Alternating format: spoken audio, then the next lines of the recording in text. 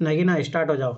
रूढ़िगत नैतिकता आधुनिक जीवन का मार्गदर्शक नहीं हो सकती। कैसे? क्या हो सकती है या नहीं हो सकती? हो सकती है तो कैसे हो सकती है? नहीं हो सकती है तो कैसे नहीं हो सकती है? Give me example. बताइए नगीना। हाँ सर, बता रही हूँ। बताइए। रूढ़िगत नैतिकता आधुनिक जीवन का मार्गदर्शक नहीं हो सकते। सबसे पहले इसमें समझेंगे हम रूढ़िगत क्या होता है। रूढ़िगत नैतिकता का मतलब होता है पुराने समय से चली आ रही कोई नैतिकता। पुराने समय से चली आ रही, ठीक है, नैतिकता या पुराने समय से चली आ रही कोई प्रथा। ठीक है, ठीक है। रूढ़िगत नैतिकताएं आज के हिसाब से प्रासंगिक भी हो सकती है और अप्रासंगिक भी हो सकती हैं। ठीक है, अब हम आते हैं आधुनिक जीवन। आधुनिक जीवन का पैरामीटर क्या है? आधुनिक जीवन की परिभाषा में आएगा व्यक्तिवाद की भावना ज्यादा होगी, भूमंडलीकरण और पश्चिमीकरण का प्रभाव होगा कहीं ना कहीं, यह लोकवाद की भावना होगी, समानता के गुण होंगे, जैसे जेंडर वाले, कास्ट और रंग भेद वाले समानता होगी, स्वतंत्रता का भाव होगा व्यक्ति में आधुनिक मूल्यों के साथ। ठीक है, आधुनिक जीवन इसको बोलेंगे। अब मार्गदर्शक होना, मार्गदर्शक दो तरीके से हो सकता है। मार्गदर्शक या तो प्रत्यक्ष रूप से हो सकता है, जैसे आप है हमारे लिए, आप हमें बताते हैं कि आपको ये पढ़ना चाहिए, ये नहीं पढ़ना चाहिए। मार्गदर्शक परोक्ष रूप से भी होता है, जैसे जैसे आपने डायरेक्टली हमको नहीं बोला और हमने खुद से समझ लिया कि कुछ ये काम हमें करना है, ये काम नहीं करना। आपका इंटेंशन नहीं था हमको सिखाना, फिर भी हम लोगों ने अपने तरफ से एफर्ट लगा के कुछ भी करके सीख लिया, जान लिया, तो वो हो गया परोक्ष रूप से। ठीक है, रूढ़िगत नैतिकता आधुनिक जीवन का मार्गदर्शक नहीं हो सकती। कुछ मामलों में रूढ़िगत नैतिकता आधुनिक जीवन का मार्गदर्शक नहीं हो सकती। कुछ मामलों में ये परंपरागत नैतिकता मार्गदर्शक हो सकती है, जैसे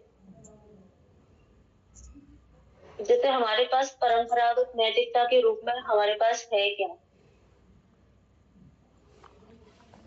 बताइए।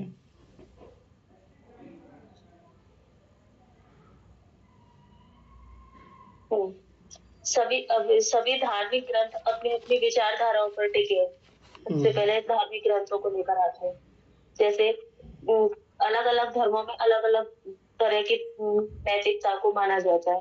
जैसे किसी धर्म में बोला जाता है कि हिंसा नहीं करनी चाहिए, जबकि वहीं दूसरे धर्म में ऐसा बोला जाता है कि बलि प्रथा को नैतिकता के रूप की श्रेणी में रखा जाता है। तो वो कहीं ना कहीं रूढ़िगत नैतिकता को दिखाता है। ठीक है,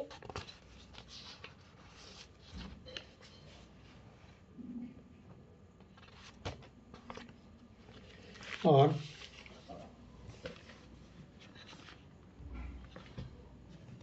सब बोल रही हूँ, मैं बता रही हूँ, बताइए। ठीक है बताइए। आधुनिक जीवन का मार्गदर्शक नहीं हो सकते। आधुनिक जीवन में मैंने सबसे पहले धार्मिक ग्रंथ को बताया कि धार्मिक ग्रंथों में कुछ मूल्य बताए जाते हैं, नैतिक मूल्य बताए जाते हैं, दूसरा उनमें कॉन्ट्राडिक्शन होता है। लेकिन अगर आधुनिक जीवन में उसकी बात की जाए तो बलि प्रथा जैसी चीजों का माना नहीं जाता कि ये मानवीय गुणों के हिसाब से आज के समय की मांग नहीं है। तो वो रूढ़िगत नैतिकता मार्गदर्शक नहीं हो सकती।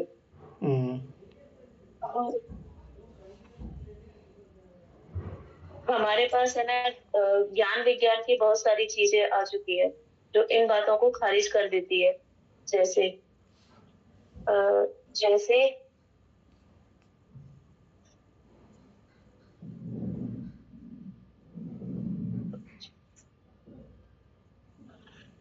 जैसे जैसे हम लोग त्योहार मनाते हैं, जैसे रक्षाबंधन जैसा, भाई दूज जैसा, ये हमारी रूढ़िगत नैतिकता के तौर पर देखा जा सकता है कि भाई बहन की रक्षा करेगा।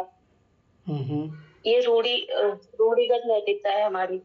लेकिन आज के समय की ज्ञान विज्ञान के दौर में आज के समय की मांग नहीं है कि भाई बहन की रक्षा करेगा, बल्कि आज इसको किस नजरिए से देखा जा सकता है कि भाई बहन आपस में आज की भागदौड़ भरी जिंदगी के में टाइम निकाल करके भाई बहन मिल सके, या एक दिन ऐसा फिक्स हो जिनको मिलना ही हो, या एक दूसरे के साथ बातें ही करनी हो, या एक दूसरे के विचार आदान प्रदान करने हो। ठीक है, ठीक है।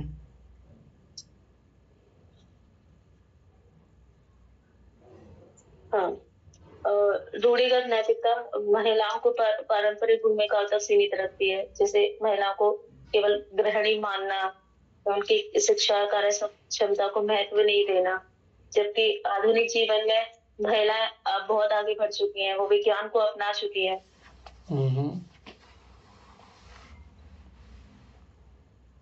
ऐसे ही कई रूढ़ियां ऐसी हैं जो तर्क और विज्ञान के विपरीत होती है, जैसे अंधविश्वास, धार्मिक कट्टरता। लेकिन आधुनिक समाज में बिना तर्क के इनको महत्व देना थोड़ा सा बाधा उत्पन्न करता है। रूढ़िगत नैतिकता मार्गदर्शक नहीं हो सकती। रूढ़िगत नैतिकता अक्सर जाति, धर्म और लिंग के आधार पर भेदभाव को बढ़ावा देती है। इस समतावादी समाज की स्थापना में बाधक है। ठीक है, इसके अलावा क्या मुझे नहीं याद आ रहा, पढ़ा तो था मैंने इसको पूरा। और तो याद नहीं आ रहा, आएगा तो बताऊंगी। ठीक है, और कौन बचा है यहाँ पे? छोटी आप बताइए। नूरी कहाँ भाग गए? छोटी नहीं किया है। नहीं तो यार क्या? तरुणम, आप कुछ तरुणम आप कुछ बताना चाहोगी?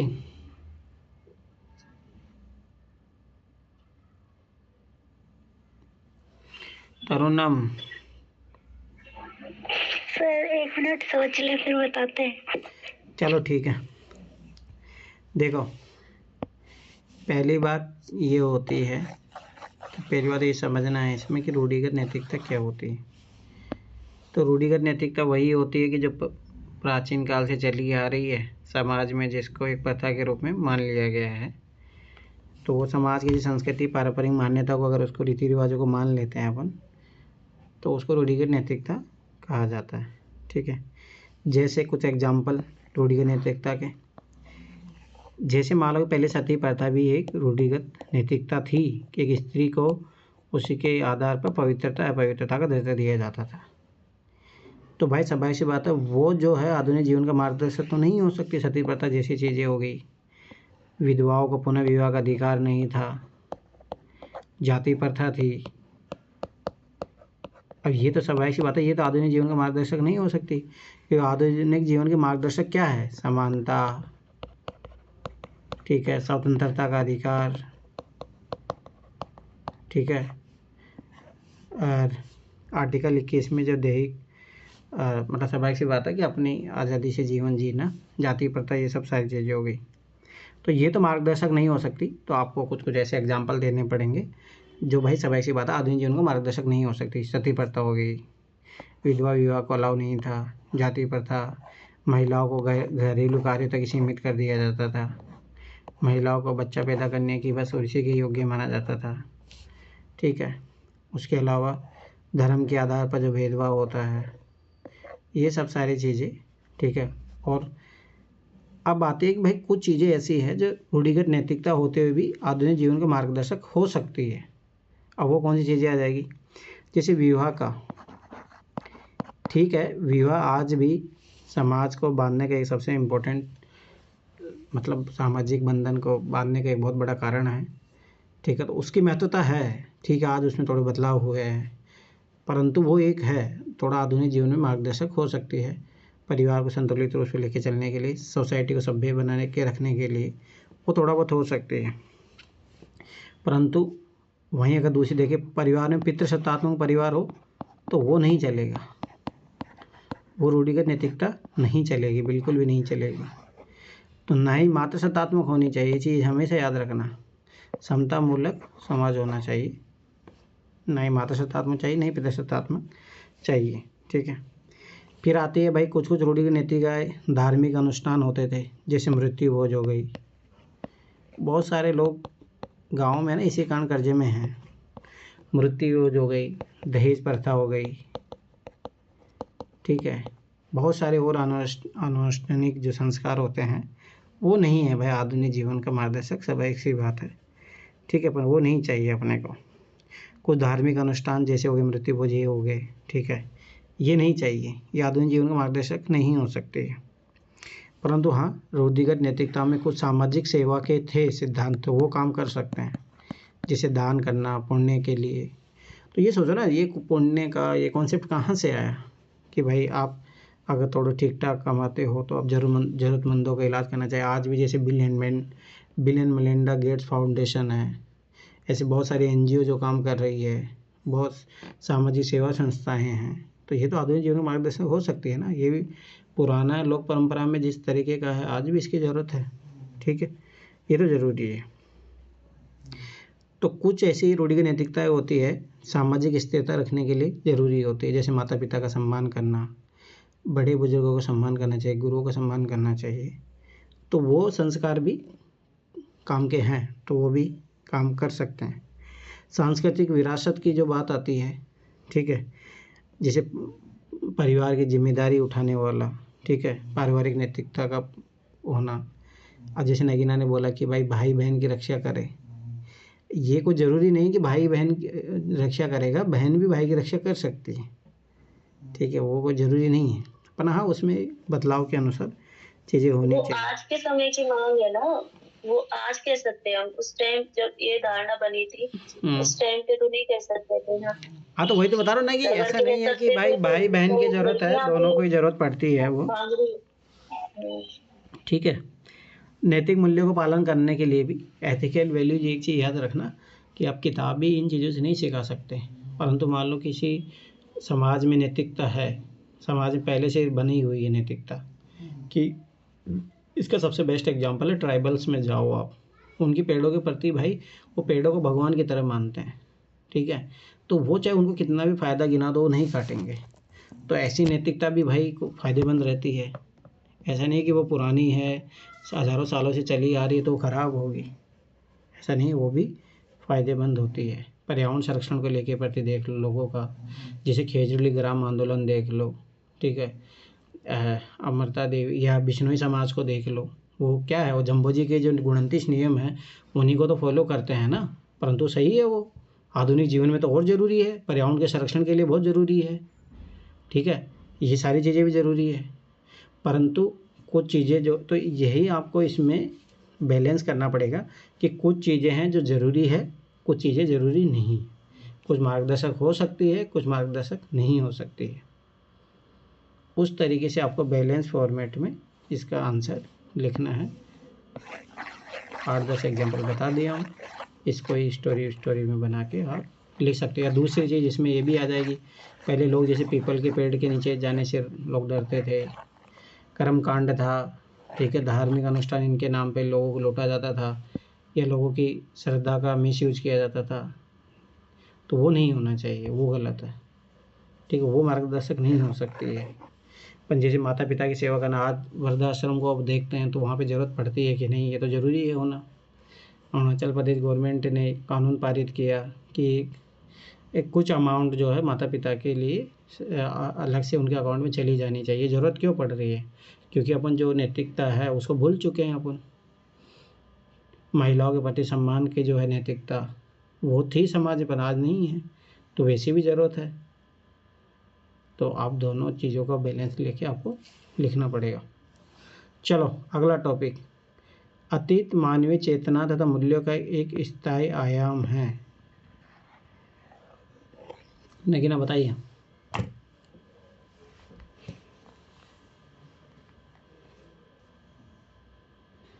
अतीत मानवीय चेतना तथा मूल्यों का एक स्थायी आयाम है।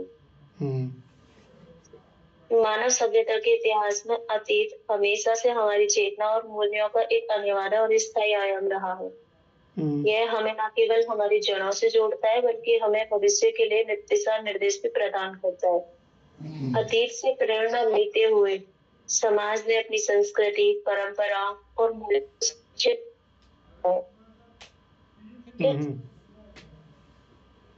मानव सभ्यता का विकास अतीत के अनुभवों, संघर्षों और उपलब्धियों से प्रेरित है। मानव सभ्यताओं का विकास, ठीक है। अतीत न केवल हमारी पहचान का हिस्सा है बल्कि हमारे विचारों, चेतना और मूल्यों के निर्माण में भी महत्वपूर्ण भूमिका निभाता है। ये एक स्थायी आयाम के रूप में समाज और व्यक्ति के जीवन में गहरे प्रभाव डालता है। अतीत से हम न केवल सीखते हैं बल्कि यह हमें अपने निर्णयों और आस्थाओं का मूल्यांकन करने का अवसर भी प्रदान करता है। अतीत और मानवीय चेतना। मानव चेतना का निर्माण उसके अनुभव, परंपरा और विचारों पर आधारित होता है। अतीत के अनुभव और घटनाएं हमें हमारा स्वरूप कैसा हो, कैसे बना और भविष्य के लिए हमें कौन सी दिशा अपनानी चाहिए। इतिहास केवल स्थितियों और घटनाओं का संग्रह नहीं है बल्कि यह एक सतत प्रक्रिया है जो समाज के विकास और परिवर्तन भी कर रहा है।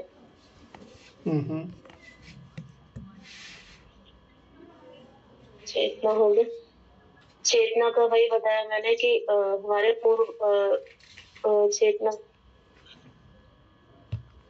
अतीत के संदर्भ में होता है। हम जो सोचते हैं वह हमारे पूर्वज संघर्ष और उनकी सफलता असफलताओं का परिणाम है।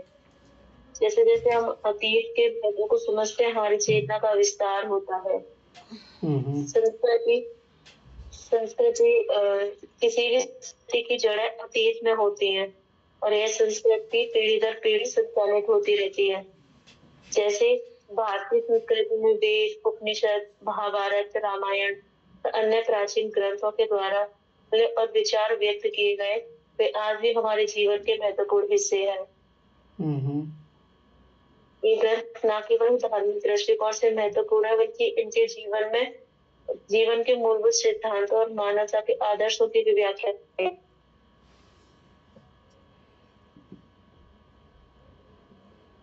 और संस्कृति के और भी विभिन्न पहलू जैसे नृत्य आदि भी अतीत से ही सांस्कृतिक धरोहरों का आदान प्रदान करती है। लेकिन हर कला, हर गीत पृष्ठभूमि है। ये अतीत से जुड़ी हुई चीजें ही हमारे समाज की पहचान और विविधता को बनाती हैं। अतीत हमारे मूल्यों और नैतिकता के गठन पे गहरे प्रभाव डालता है। इतिहास में हुए संघर्ष, युद्ध, समाज सुधार और धार्मिक आंदोलन सभी ने समाज में नैतिकता और मूल्य प्रणाली को आकार दिया। अतीत में हमारे पूर्वजों ने जो आदर्श स्थापित किए वे आज भी हमारे जीवन के मार्गदर्शक बनते हैं। जैसे महात्मा गांधी का सत्य अहिंसा का सिद्धांत जिन्हें उन्होंने भारतीय स्वतंत्रता संग्राम में अपनाया, आज भी समाज में नैतिकता और मानवीय अधिकारों के संदर्भ में महत्वपूर्ण माना जाता है। अतीत केवल सांस्कृतिक और नैतिक दृष्टिकोण से ही नहीं बल्कि सामाजिक परिवर्तन के संदर्भ में भी महत्वपूर्ण है। समाज में जो भी बदलाव आया वह अतीत में घटी घटनाओं, आंदोलनों के कारण ही संभव हुआ। जैसे भारतीय समाज में जातिवाद और पितृसत्तात्मक व्यवस्था के खिलाफ अनेक समाज सुधार आंदोलनों का उदय हुआ। जैसे राजा राम मोहन राय, स्वामी विवेकानंद, महात्मा गांधी जैसे नेताओं ने समाज में व्याप्त कुरीतियों के खिलाफ आवाज उठाई और समाज को बदलने की दिशा में काम किया। ये परिवर्तन अतीत के संघर्षों और आंदोलनों का परिणाम थे। इस प्रकार अतीत न केवल हमारे समाज की स्थिति को निर्धारित करता है बल्कि समाज में सुधार और बदलाव के लिए भी प्रेरणा बनता है। सामाजिक बदलाव की प्रक्रिया निरंतर चलती रहती है और ये अतीत की घटनाओं से प्रभावित होती रहती है। बस। कोई एग्जाम्पल? दिए थे ना महात्मा गांधी और उनके नैतिक आदर्श से भी तो इनके मूल्य ही तो हम आगे बढ़ा रहे हैं या उनको अपना रहे हैं। अच्छा,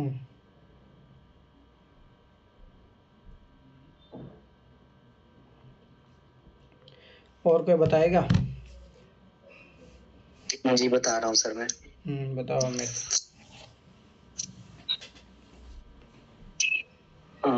एक सेकंड।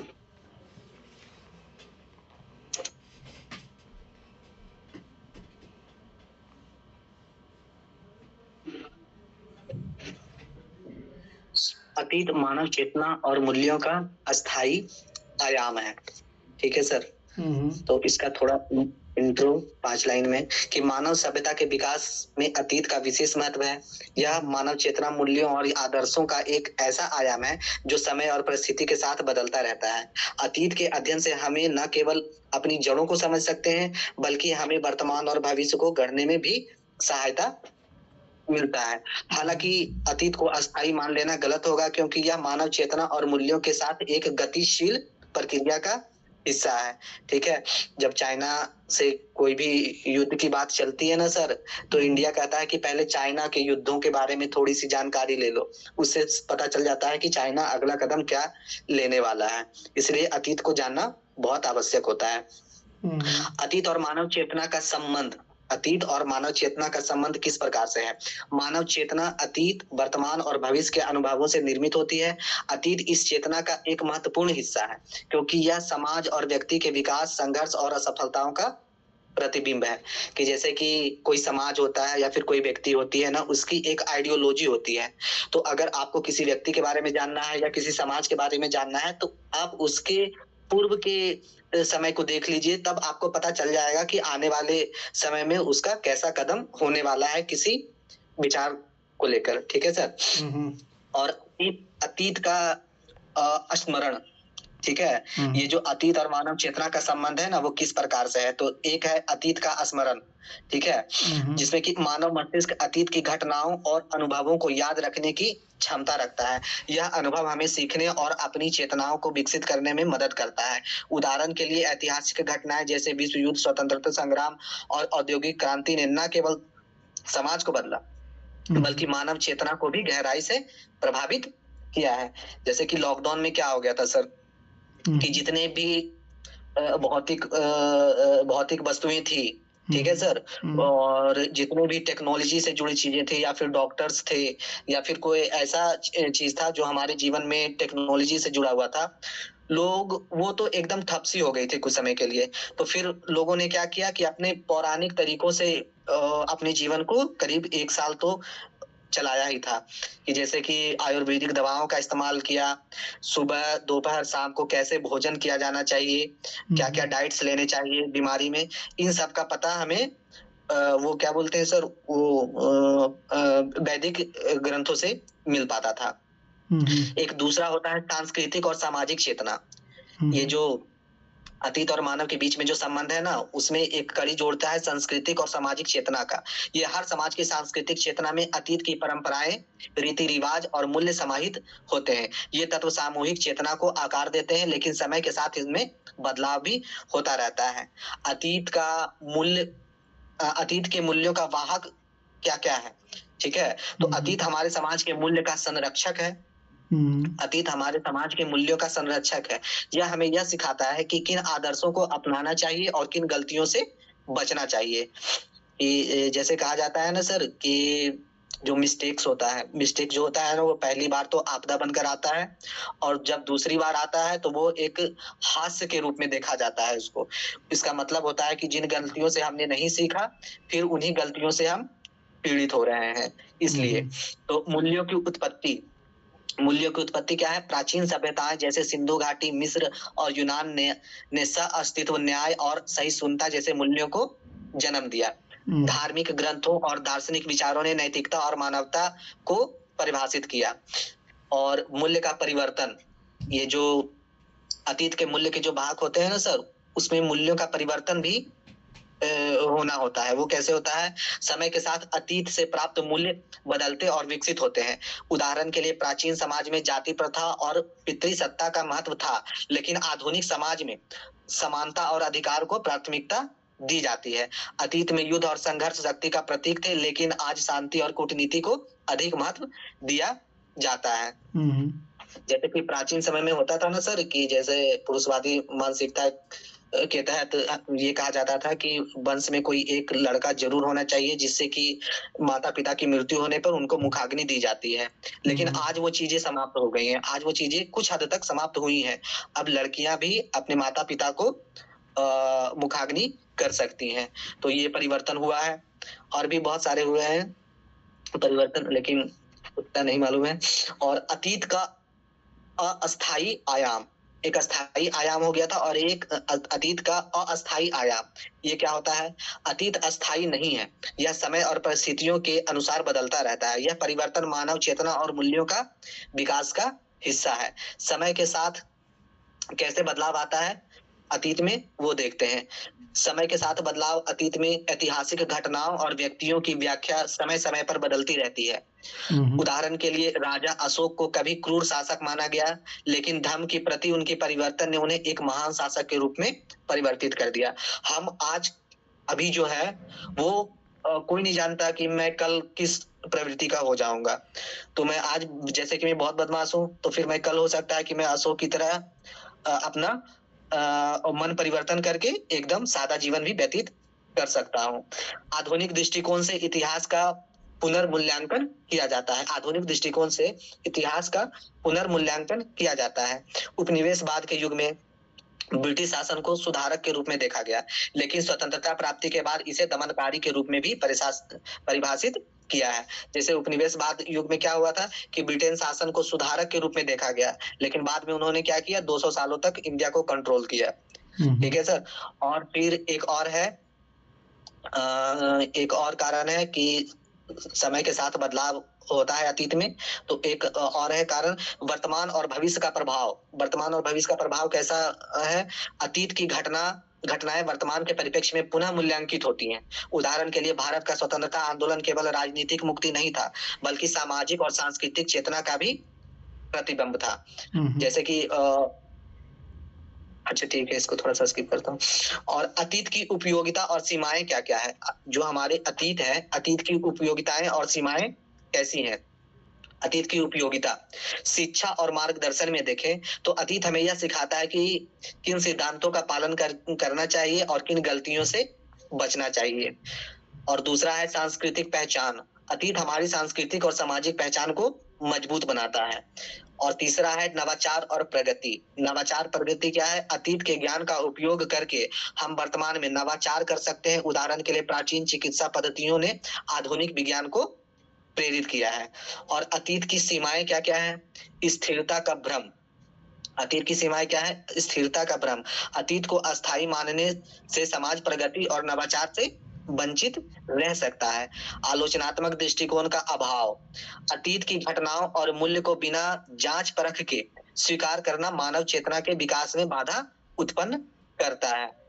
ठीक है सर। और मानव चेतना और अतीत भारतीय संदर्भ में, मानव चेतना और हमारा अतीत, ये भारतीय संदर्भ में कैसा होना चाहिए, ये देखते हैं कि भारत जैसे विविधता से भरपूर देश में अतीत का महत्व और भी अधिक हो जाता है।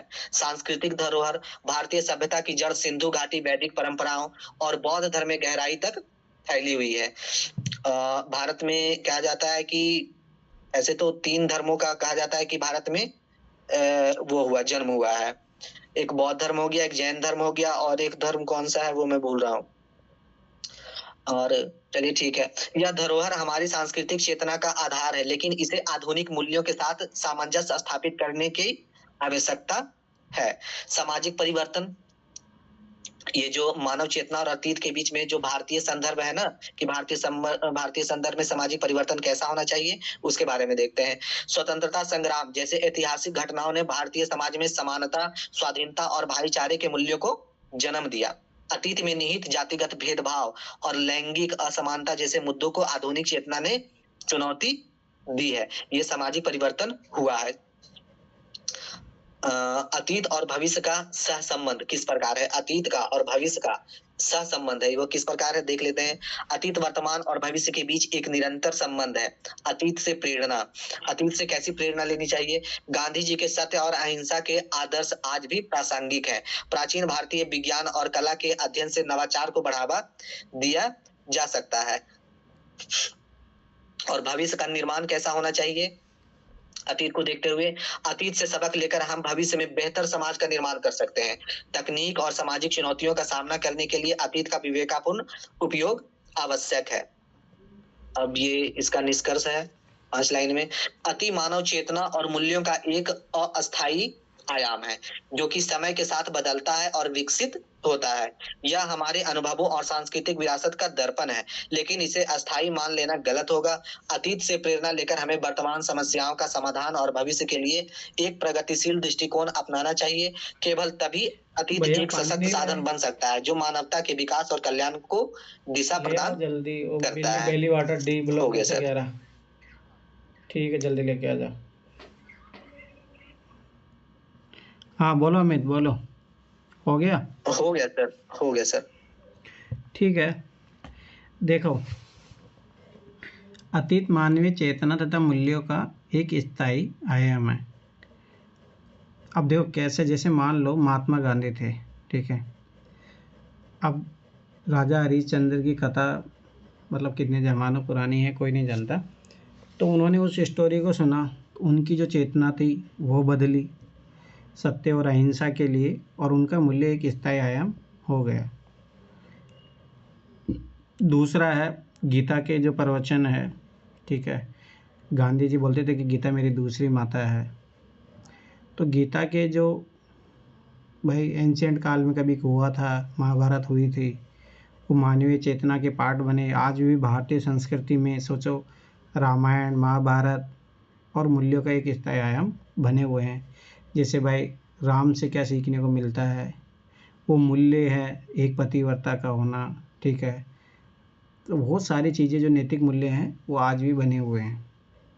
दूसरा एग्जाम्पल जो सती सावित्री है, उसके बारे में सोचो, मानवीय चेतना देखो, पूरी महिलाएं जो चौथ का व्रत करती है, करवा चौथ का व्रत करती है, और उसके कारण जो है भाई उसने अपने पति को, मतलब देखो इसके विडंबना हो सकती है, बात है कि अपने वैसे के अकॉर्डिंग लिखना, ख़त्म बात। अब ये मत सोचना कि जैसे मैं अभी एक बुक पढ़ रहा हूँ तो उसमें इसके क्रिटिसाइज़ किया गया भाई वुमेंस को किस लाइक इसी के लिए समझा गया, वो एक अलग मुद्दा है। अभी अपने ऐसे लिखना है तो उसके बारे में, तो ये यहाँ पे उसका भी एक एग्जांपल आ जाएगा, ठीक है। फिर उसके बाद में आता है, ये तो अपन एंशिएंट काल से बुद्ध का भी ले सकते हो, ठीक है, अशोक का भी ले सकते हैं अपन, ठीक है। भाई अशोक जैसा शासक बनना चाहिए, सभी धर्मों को समान दृष्टि से देखना चाहिए, ठीक है। और अभी बौद्धिज्म जो है मिडिल पाथ है, उसका देखो अभी भी भारतीय जो प्रशासनिक है या सब में इसका जो प्रभाव है वो देखा जाता है, ठीक है। अब आती मिडिवल काल में, ये तो कुछ कुछ पॉजिटिव एग्जांपल हो गए, ठीक है। जो समाज में आप भारतीय समाज की संस्कृति देख लो, आप सब अतीत से ही तो लिया गया है, ठीक है। दूसरी चीज़ है कि कुछ नेगेटिव भी है, जैसे आज भी अपन मुस्लिमों को ऐसे नेगेटिव रूप से क्यों देखते हैं, क्योंकि मिडिवल काल में वो आक्रांता के रूप में आए, यहाँ पे उन्होंने लूट खसोट की, ठीक है। तो उसके कारण जो है मानवीय चेतना में एक भय सा बना हुआ है, और वैल्यूज हो गई भाई मुस्लिम है तो, जैसे मोस्टली क्या होता है, अपराधी है तो कौन है, कौन बम फोड़ रहा तो कौन है, मुस्लिम है। तो ये नेगेटिव मूल्य भी समाज सोसाइटी में धारण कर जाता है, एक भय का माहौल बन जाता है, ठीक है। तो ये भी एक दुविधा है, ठीक है। दूसरा ये है कि जब भारत पर अंग्रेज़ों ने जब राज किया तो उसके कारण आज, अभी तो नहीं ऐसा बोल सकते, परंतु जब भारत एलपीजी रिफॉर्म करने से पहले दूसरे देशों की कंपनियों को उसी तरीके से देखता था, इसीलिए उच्च टैरिफ लगाना हो गया, ठीक है। इसलिए देखा जाता है कहीं वापस से भारत को गुलाम ना बना लिया जाए, क्योंकि वो डर भय 200 साल तक की गुलामी थी, वो ऐसे अस्थायी मतलब स्थायी रूप से समाहित हो गई थी, इसलिए टैरिफ की दरें हाई थी, ये सारी चीज़ें की थी, संरक्षणवाद की नीति रखे हुए थे, तो वो भी एक स्थायी आयाम सा बन गया था, ठीक है। उसके बाद में कुछ चीज़ें आती है कि अतीत में जाति प्रथा जैसी थी, तो आज भी देखो मानवीय चेतना में है, कोई ब्राह्मण है तो अपने आप को हाई क्लास का समझता है और वो जानता है, वो समझता है कि वैल्यू सिस्टम यही होना चाहिए, निम्न कास्ट के इसी लायक होते हैं, तो वे भी तो एक वैल्यू सिस्टम बना ही है ना। ठीक है, दूसरी बात आती है धर्म को लेके। ठीक है, वर्णाश्रम सिस्टम है, वो भी तो अतीत से ही तो सब सारी चीज़ें आई हुई है, कोई अलग शैली बनी है, कोई आज की सिस्टम का शैली क्रिएट किया हुआ है। ठीक है, उसके बाद में आती है कि भाई महिलाओं का यही कार्य है, उनको घरेलू कार्य तो सीमित है। मानवीय चेतना अपन आज भी सोसाइटी, जहाँ पैट्रियार्की सोसाइटी, वहाँ देखो महिलाओं को अपन दूसरे रूप में देख पाते हैं? No never. उसको अपने एक ही धैर्य समझते हुए घरेलू कार्य के लिए बनी है, यही काम करना है। कोई नौकरी करने लग जाती है तो लगता है तो मूल्यों के खिलाफ जा रही है। महिला घूंघट प्रथा का अगर पालन नहीं करती है तो लगता है कि यार ये तो मूल्य व्यवस्था को तोड़ रही है। तो ये जो सारी चीज़ें जो है अपने अंदर, ये कहाँ से आई है? अतीत से तो आई है अपने अंदर। ठीक है, तो ये भी आपको एक पक्ष तो ये रखना है, फिर दूसरा पक्ष बोला है कि इस तरह अहम नहीं है, ऐसा नहीं है, बदल रहा है चीज़ें। जैसे अमित ने लोग एग्जाम कहते हैं जो लड़कियां जॉब करती हैं उनका मुंह चलता है जबरदस्ती। तो वो चीज़ें हैं, परंतु ऐसे नहीं, धीरे धीरे चीज़ें बदल रही है। आज वही भारत है जिसमें महिलाएं एक उच्च से उच्च पद पे भी है, पर हाँ कि वो कुछ परसेंटेज लोग ही वहाँ तक पहुँच पाए हैं, परंतु ऐसा नहीं है। मानवीय चेतना बदल रही है, महिलाओं को भी अब देखा जाता है कि सुनीता विलियम्स हो गई, कल्पना चावला हो गई, स्पोर्ट्स में आप देख लो, गीता बबीता देख लो, दंगल मूवी अगर आपने देखा होगा। ठीक है, तो ऐसा नहीं है चीज़ें। आज वो कार्य जो कर रही है महिलाएं, जो कभी सोचा भी नहीं गया था, अतीत में सोचा भी नहीं गया था कि महिलाएं वो कार्य करेगी, आज समाज में ऐसे भी उदाहरण हैं कि जो सभी समाज को लेके आगे साथ चल रहे हैं, कास्ट वास्ट धर्म वरम की उस चीज़ों से दूर हैं। तो वो चीज़ें भी तो बदल रही है ना। अतीत में कभी कोई सोचा था कि राष्ट्रपति कोई SC ST का बनेगा? कोई नहीं सोचा था, पर आज उस लेवल पे भी पहुंचा गया है। ठीक है, पर प्रधानमंत्री बने उस दिन मानेंगे, असली बात तो तब है जब, और ये भी तब जब कि वो अपने व्यक्तिगत, ऐसे नहीं कि कठपुतली बना दिया गया है, प्रतीकात्मक नहीं, जब अपनी ताकत के बदले कोई SC ST का अगर जिस दिन प्रधानमंत्री बनेगा ना, तो उस दिन समझना कि हाँ देश में सच में है, इक्वलिटी आ चुकी है, पर फिर भी एक मानते हैं। ठीक है, दूसरी बात कि जैसे मान लो कि महिलाओं को आज़ादी नहीं थी, थोड़ा थर्ड जेंडर के IPC 377 हटाया गया। ठीक है, जो दिव्यांग लोग होते हैं उनको समझा जाता था कि ये तो पापों का कर्म भुगत रहे हैं, अब उनको हम समानता के भाव से देख पा रहे हैं। तो ये बदल रहे हैं ना, आयाम बदल रहे हैं, ऐसा नहीं है। टेक्नोलॉजी ने चीज़ें, बहुत सारी चीज़ें बदली है। ठीक है, तो ऐसे करके आपको दोनों पक्ष का लिखना है, ये चीज़ याद रखना, तब जाके एक बेहतर और अच्छा ऐसे बनेगा आपका। आपको बताना है, ठीक है, अतीत मानव चेतना मूल्य के स्थायी आयाम तो है, परंतु ऐसा नहीं है, इसमें धीरे धीरे परिवर्तन भी हो रहा है, और परिवर्तन के आपको बहुत सारे एग्जाम्पल भी देने पड़ेंगे। हाँ, ये मानना कि अतीत में कुछ अच्छी चीज़ें थी जिनको धारण किए रखना चाहिए, और जो खराब है, स्वाभाविक सी बात है, जो विरोधी प्रतीत होती है, महिलाओं के सशक्तिकरण के खिलाफ है, ठीक है, उनको तो अपने को दरकिनार करना ही पड़ेगा। ठीक है, अगला टॉपिक, 7वां टॉपिक, नगीना बताइए।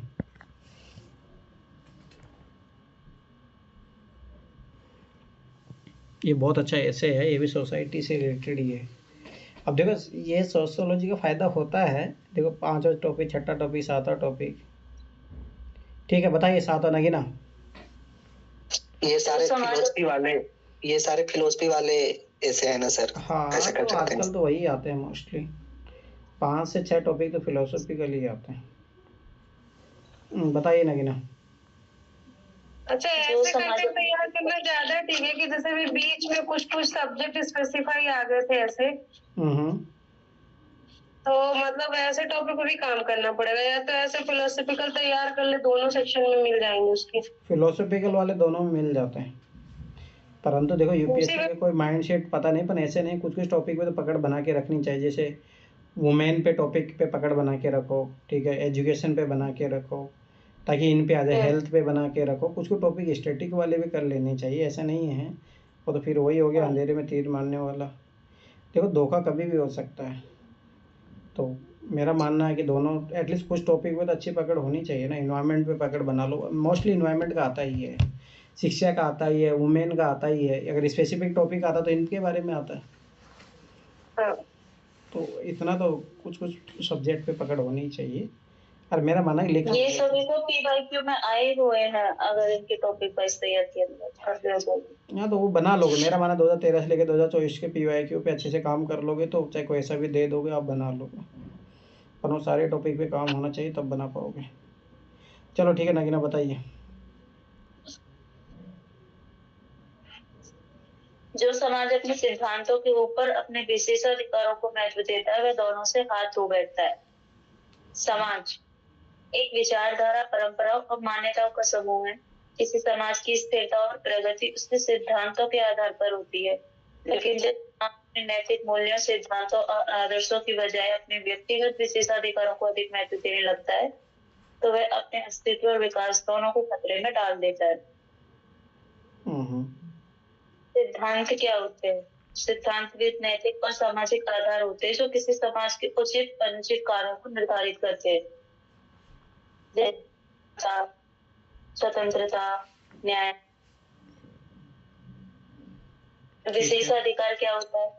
विशेषाधिकार उन व्यक्तिगत या सामूहिक को कहा जाता है जो किसी व्यक्ति, विशेष वर्ग या समूह को विशेष परिस्थिति में हो जाता है, जैसे जातिगत आरक्षण, संपत्ति का अधिकार और सामाजिक पद।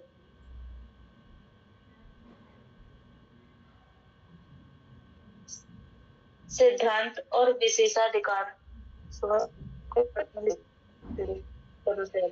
सिद्धांत और विशेषाधिकार के बीच विरोधाभास क्या है? जब समाज न्याय, समानता, समरसता जैसे सिद्धांतों को नकार कर व्यक्तिगत लाभ को प्राथमिकता देता है तो असमानता और अन्याय को बढ़ावा मिलता ही है, जैसे जातिवाद, वर्ग जैसी समस्याएं उभरती हैं। विशेषाधिकारों से समाज में ध्रुवीकरण और नैतिक पतन को बढ़ावा मिलता है, जैसे भ्रष्टाचार, भाई भतीजावाद।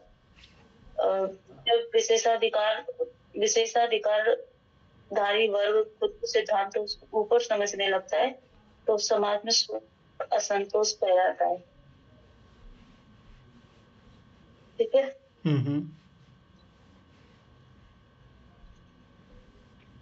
प्राचीन भारत में वर्ण व्यवस्था को जब कठोरता से लागू किया गया था तो समाज के निचले वर्गों को उनके अधिकारों से वंचित कर दिया गया था, यानी समानता को छोड़कर विशेषाधिकार यानी उच्च जातियों के लाभ को महत्व दिया गया था, जिससे क्या हुआ, सामाजिक विघटन की समस्या उत्पन्न हुई।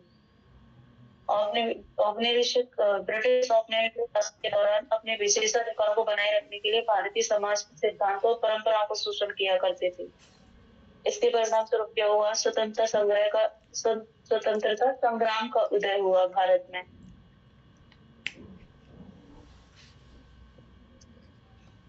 लोकतांत्रिक राजनीति में विशेषाधिकारों सिद्धांत। लोकतांत्रिक राजनीति का आदर्श सिद्धांत होना चाहिए, लेकिन आज विशेषाधिकारों ने नैतिकता को पीछे छोड़ दिया है, जैसे परिवारवाद की भावना, शक्ति का केंद्रीकरण होना, आर्थिक असमानता, पूंजीवाद में विशेषाधिकार प्राप्त उद्योगपतियों, संपन्न वर्गों का प्रभाव बढ़ा है।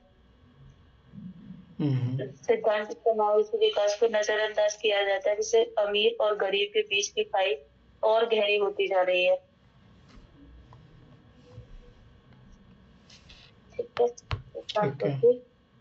इच्छा के परिणाम नैतिक पतन होता है। जब सिद्धांतों की उपेक्षा की जाती है तो अनदेखी से समाज में नैतिकता ह्रास होता है।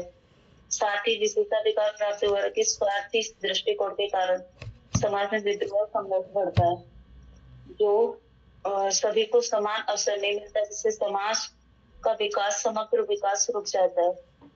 समाज का समग्र विकास रुक जाता है। उपाय क्या किए जाने से सिद्धांतों को महत्व देता है?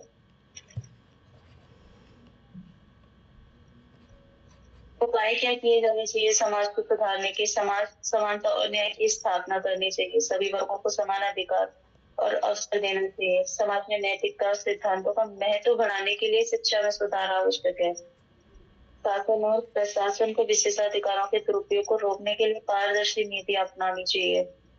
पारदर्शिता को बढ़ावा देना चाहिए।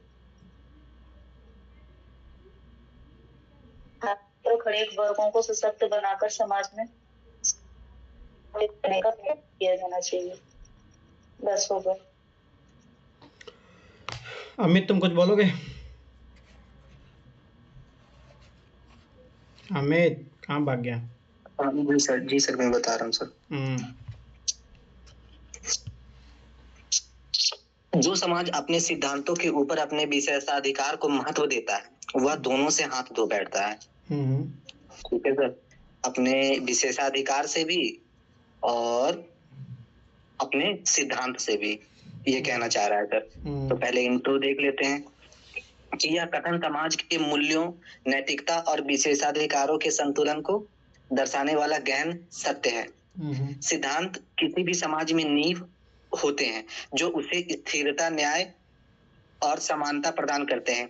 इसके विपरीत विशेषाधिकार केवल कुछ चुनिंदा वर्गों या व्यक्तियों को लाभ पहुंचाते हैं। जब कोई समाज अपने सिद्धांत को छोड़कर विशेषाधिकार को प्राथमिकता देता है तो वह न केवल अपनी नैतिकता को खो देता है बल्कि अपनी स्थिरता और दीर्घकालिक अस्तित्व को भी खतरे में डाल देता है। सिद्धांत और विशेषाधिकार का अर्थ क्या होता है देख लेते हैं। तो सिद्धांत क्या है? सिद्धांत वे मूलभूत मूल्य और आदर्श हैं जो समाज की संरचना को न्यायपूर्ण, नैतिकता और प्रगतिशील बनाते हैं। ये समानता, स्वतंत्रता और सामाजिक कल्याण जैसे विचारों पर आधारित होते हैं। उदाहरण, भारत संविधान के मौलिक अधिकार जैसे समानता का अधिकार और धर्मनिरपेक्षता भारतीय समाज के सिद्धांतों का प्रतिनिधित्व करता है। गांधी जी के सत्य और अहिंसा के सिद्धांत जो स्वतंत्रता आंदोलन के आधार बने हैं। और ये विशेषाधिकार क्या है? विशेषाधिकार उन विशिष्ट लाभों या अधिकारों को दर्शाता है जो समाज के किसी वर्ग, समुदाय या व्यक्ति को अन्य के मुकाबले अधिक मिलते हैं। ये अक्सर शक्ति, संपत्ति, जाति, लिंग पर आधारित होते हैं। उदाहरण स्वरूप मध्यकालीन भारत में ब्राह्मण वर्ग का विशेषाधिकार था। सामंतवादी व्यवस्था में शासक वर्ग का अधीनस्थ वर्ग पर वर्चस्व था। और विशेषाधिकार को सिद्धांत से ऊपर रखने का परिणाम क्या होता है? विशेषाधिकार को अगर सिद्धांत से ऊपर रखने से क्या परिणाम होते हैं वो देख लेते हैं कि जब कोई समाज अपने सिद्धांत को छोड़कर विशेषाधिकार को प्राथमिकता देता है तो इसके गंभीर परिणाम हो सकते हैं। यानी कि जो ये है ना विशेषाधिकार को यहाँ पे निगेटिव दिखाया गया है।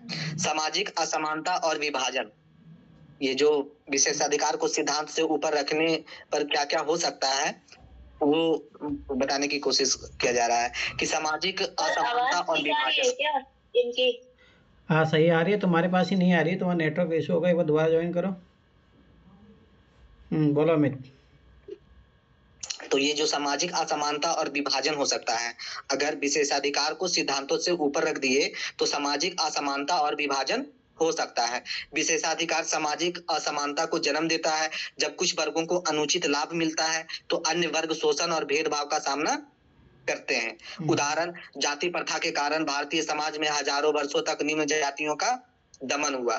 फिर इसके बाद क्या हुआ कि भारत में एक कानून के समक्ष समता का कॉन्सेप्ट लाया गया। इसमें क्या हो गया कि जो लोग गरीब तबके से थे, शिक्षित नहीं थे, उनके लिए कुछ आरक्षण का प्रावधान किया गया। लेकिन अब वो एक निगेटिव थॉट की तरह लोगों के द्वारा लिया जा रहा है कि किसी को आरक्षण मिल रहा है और किसी को नहीं मिल रहा है। न्याय और नैतिकता का ह्रास, ये जो विशेषाधिकार को सिद्धांत से ऊपर रखने पे न्याय और नैतिकता का भी ह्रास होता है। सिद्धांत की उपेक्षा से न्याय प्रणाली कमजोर हो जाती है। जब कानून और नैतिकता विशेषाधिकार के आगे झुकते हैं तो समाज अन्याय और अराजकता की ओर बढ़ जाता है। उदाहरण कि जब औपनिवेशिक शासकों ने भारत में अपना विशेषाधिकार की रक्षा के लिए कानून बनाए तो यह भारतीय समाज के हितों के खिलाफ था। और क्या बोलते हैं कि विकास में बाधा भी हो सकता है। अगर आप अपने क्या कहते हैं विशेषाधिकारों को ऊपर रखेंगे तो विकास में भी बाधा उत्पन्न हो सकता है। जैसे विशेषाधिकार समाज के संसाधनों को सीमित समूह तक सीमित कर देता है जिससे व्यापक विकास बाधित हो जाता है।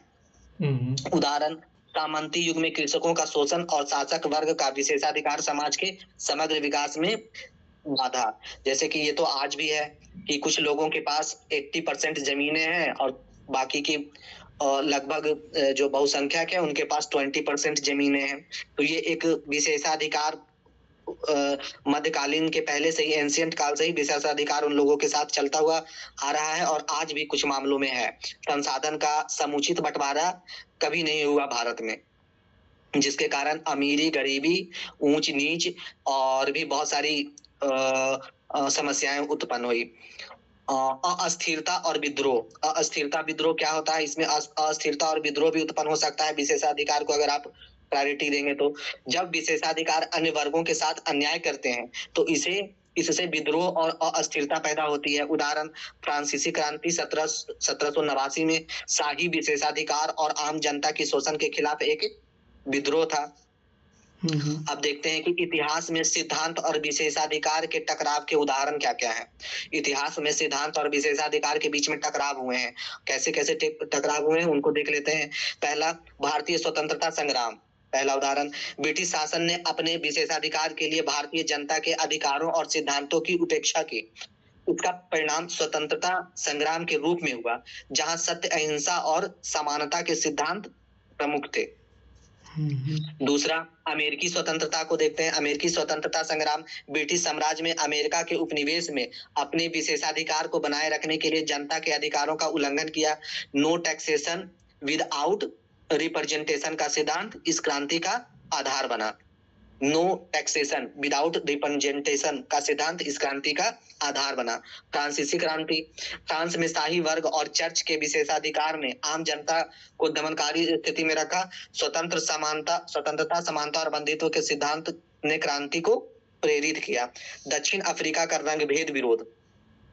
श्वेत जाति के विशेषाधिकार ने दक्षिण अफ्रीका में अश्वेत जनता को उनके अधिकारों से वंचित रखा। नेल्सन मंडेला और अन्य नेताओं ने समानता और न्याय के सिद्धांतों के लिए संघर्ष किया। सिद्धांतों की प्राथमिकता क्यों आवश्यक है? क्यों आदमी कोई आइडियोलॉजी बनाता है? इसके बारे में कि समानता और न्याय का संरक्षण। सिद्धांत समाज में समानता और न्याय की गारंटी देता है। सिद्धांत जो है ना, समाज में समानता और न्याय की गारंटी देता है। ये हर व्यक्ति को एक समान अधिकार और अवसर प्रदान करते हैं। स्थिरता और शांति। और सिद्धांतों पर आधारित समाज, ये जो सिद्धांत की प्राथमिकताएं हैं ना सर, वो 4 प्रकार के हैं। तो पहला बता दिया, दूसरा बता रहा हूँ, स्थिरता और शांति। स्थिरता और शांति से सिद्धांतों को प्राथमिकता दी जाती है। सिद्धांतों पर आधारित समाज अधिक स्थिर और शांतिपूर्ण होता है। अगर सिद्धांतों पे चलने वाले लोग अधिक शांतिपूर्ण होते हैं, ऐसा बोला भी जाता है। वह वर्गों और समुदायों के बीच आपसी सहयोग और विश्वास को बढ़ावा देते हैं। सिद्धांत से क्या होता है ना कि वर्गों और समुदायों के बीच आपसी सहयोग और विश्वास को बढ़ावा दिया जाता है। दीर्घकालिक प्रगति। सिद्धांत जो है ना, ये दीर्घकालिक प्रगति के तौर पे देखा जाता है।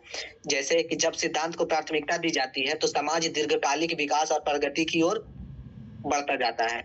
अगर आप किसी प्रकार के विशेषाधिकार लाएंगे तो जो मेजोरिटी में लोग होंगे उनके न्याय के साथ और उनके वो हो सकता है। चौथा है कि नैतिकता और नेतृत्व का विकास। सिद्धांत पर आधारित समाज में नैतिकता और नेतृत्व के उच्च मानदंड स्थापित होते हैं। विशेषाधिकार और सिद्धांत के बीच में संतुलन का महत्व। विशेषाधिकार और सिद्धांत के बीच में संतुलन का महत्व क्या होना चाहिए? ये दोनों को संतुलन वे में चलना चाहिए। हालांकि सिद्धांतों को प्राथमिकता दी जानी आवाज कट रहा था, भी व्यवहारिक नहीं है। संतुलन बनाना आवश्यक है। इन दोनों में विशेषाधिकार और सिद्धांतों के बीच में संतुलन बनाना आवश्यक है। 100% सिद्धांतों पे चलना भी ठीक नहीं होता और विशेषाधिकार तो चलना ठीक नहीं होता। और सकारात्मक विशेषाधिकार को देख लेते हैं। इसमें कुछ विशेषाधिकार जैसे कि शिक्षा और स्वास्थ्य सुविधाओं में वंचित वर्गों को प्राथमिकता समाज के कल्याण के लिए आवश्यक हो सकते हैं। सिद्धांत के अनुरूप विशेषाधिकार को सिद्धांत के साथ संतुलित किया जाना चाहिए ताकि वे किसी भी वर्ग के साथ अन्याय ना हो सके। अब इसमें ना थोड़ा सा ये निष्कर्ष है, सिद्धांत किसी भी समाज की रीढ़ होते हैं। यदि कोई समाज अपने सिद्धांत के स्थान पर विशेषाधिकार को प्राथमिकता देता है तो वह न केवल अपने नैतिक मूल्यों को खो देता है बल्कि दीर्घकालिक स्थिरता और विकास के अवसरों से भी वंचित हो जाता है। इतिहास गवाह है कि जब जब विशेषाधिकारों ने सिद्धांत पर विजय प्राप्त की, समाज विघटन, विद्रोह और पतन का शिकार हुआ। इसीलिए सिद्धांतों की रक्षा और विशेषाधिकार के विवेकपूर्ण उपयोग के माध्यम से ही समाज को न्यायपूर्ण, स्थिर और प्रगतिशील बनाया जा सकता है। हो गया सर। ठीक है, देखो सबसे पहली बात है कि सोसाइटी है तो वो इंडियन सोसाइटी भी हो सकती है और अदर सोसाइटी भी हो सकती है। पहली बात तो ये माइंड में रखना है। अगर आप ओनली इंडियन सोसाइटी के बारे में ही लिखते हो तो एक पक्षी आपका आंसर होगा। फिर बात आती है भाई सिद्धांत क्या होता है। ठीक है, प्रिंसिपल जैसे मान लो समता का सिद्धांत है। ठीक है भाई, सब समान है। ठीक है, परंतु उसके ऊपर अगर विशेषाधिकारों को महत्व दिया जाएगा। कैसे? जैसे भाई सब समान है परंतु जातिवाद के आधार पर जो वर्ण भेद होता है कि मैं ब्राह्मण हूँ, तुम अछूत हो। ठीक है, तो स्वाभाविक सी बात है वो समाज जो है दोनों से हाथ धो बैठेगा, नहीं तो उसमें सिद्धांत काम देंगे फिर न विशेषाधिकार। जैसे मान लो कि पहले जातिवाद जिस लेवल पे होता था, SC ST समुदाय होता है, उसको दबाया गया, तो स्वाभाविक सी बात है कि उस समाज का तो नुकसान ही होगा ना आखिर में। ठीक है, पितृसत्तात्मक समाज है मान लो, पितृसत्तात्मक समाज में क्या होता है, पुरुषों को विशेषाधिकार प्राप्त होते हैं। और जब वो पुरुषों को विशेषाधिकार प्राप्त होते हैं, प्रिंसिपल तो क्या होना चाहिए, समान होने चाहिए। परंतु जब महिलाओं को शोषण किया जाएगा, महिलाओं को दबाया जाएगा, घरेलू हिंसा होगी, महिलाओं को पढ़ने नहीं दिया जाएगा, महिलाओं को जॉब करने नहीं दिया जाएगा, तो आखिर में क्या होगा। जैसे भारत अभी डेवलपिंग नेशन है, वो डेवलपिंग नेशन ही रहेगा। तो ये एक फैक्टर हो गया, कास्टिज्म ले सकते हो आप। ठीक है, रिलीजन के बेस पे भी ले सकते हो। जैसे बहुत सारे रिलीजियस वार होते हैं, ये भारत में नहीं है, आप उधर भी चले जाओ। क्रिश्चियन में भी अगर देखोगे तो क्रिश्चियन में 2 टाइप के होते हैं, प्रोटेस्टेंट और कैथोलिक, तो उनमें भी विवाद बना रहता है। ठीक है, अब वहाँ के जो मान लो सरकार है, राज्य है, किसको प्राथमिकता विशेष अधिकार दे रहा है। सिद्धांत तो ये होना चाहिए कि जैसे धर्मनिरपेक्षता का सिद्धांत है, अगर धर्मनिरपेक्षता का सिद्धांत भारत में पालन नहीं किया जाएगा तो क्या होगा, यहाँ पे हिंदू राष्ट्र बनाने की मांग उठेगी, जैसा अभी चल रहा है। वोट बैंक की राजनीति होगी। ठीक है, हिंदू मुस्लिम के नाम पे वो ये जैसे भी कटेंगे तो बटेंगे इस टाइप के नारे चलेंगे। धार्मिक उन्माद पैदा होगा, धार्मिक हिंसा ही बढ़ावा मिलेगी, कट्टरतावाद को बढ़ावा मिलेगा। तो स्वाभाविक सी बात हो उस समाज में कहाँ शांति वंती रहेगी। और जब वो नहीं होगा तो स्वाभाविक सी बात है कोई भी प्रिंसिपल लागू नहीं होगा। अब उसके बाद जैसे नगीना ने बताया कि भाई भतीजावाद। ठीक है, करप्शन क्यों होता है, करप्शन के एक बहुत बड़ा कारण क्लेप्टोक्रेसी हो गया, क्रोनिक कैपिटलिज्म हो गया, भाई भतीजावाद हो गया, कि सब अपने भाई भतीजावाद ही नहीं, इसके मेरे तो एक और जातिवाद वाला भी एग्जांपल दे सकते हो। जैसे आप अगर अपनी कास्ट के हो तो अपने कास्ट को ही सपोर्ट कर रहे हो और किसी को सपोर्ट नहीं कर रहे हो, तो प्रिविलेज दे रहे हो ना। जैसे मान लो कि आप IAS अधिकारी बन के गए कहीं पे और आपने देखा कि अच्छा ये तो अपनी कम्युनिटी के लोग हैं, इनको ही सारी स्कीम का फ़ायदा मिलना चाहिए और किसी को नहीं मिलना चाहिए, होता है, ये हकीकत है। तो स्वाभाविक बात सिद्धांत क्या था, सिद्धांत में सबको समानता युक्त वितरण होना चाहिए योजनाओं का। फिर आखिर में क्या होते हैं, जब समाज में असमानता होती है तो कल का या एक शायद इसी ईयर है कि 2019 में अपन ने डिस्कस किया था कि कहाँ पे भी जो गरीबी होती है वो जहाँ अन्य देशों के लिए समृद्धि, सर इसी में ही है क्या। हाँ देख लो, कहीं पे गरीबी हर जगह समृद्धि के लिए खतरा है। जब ऐसे विशेषाधिकारियों को महत्व दिया जाएगा तो स्वाभाविक सी बात है यही चीज़ें दिक्कत होगी।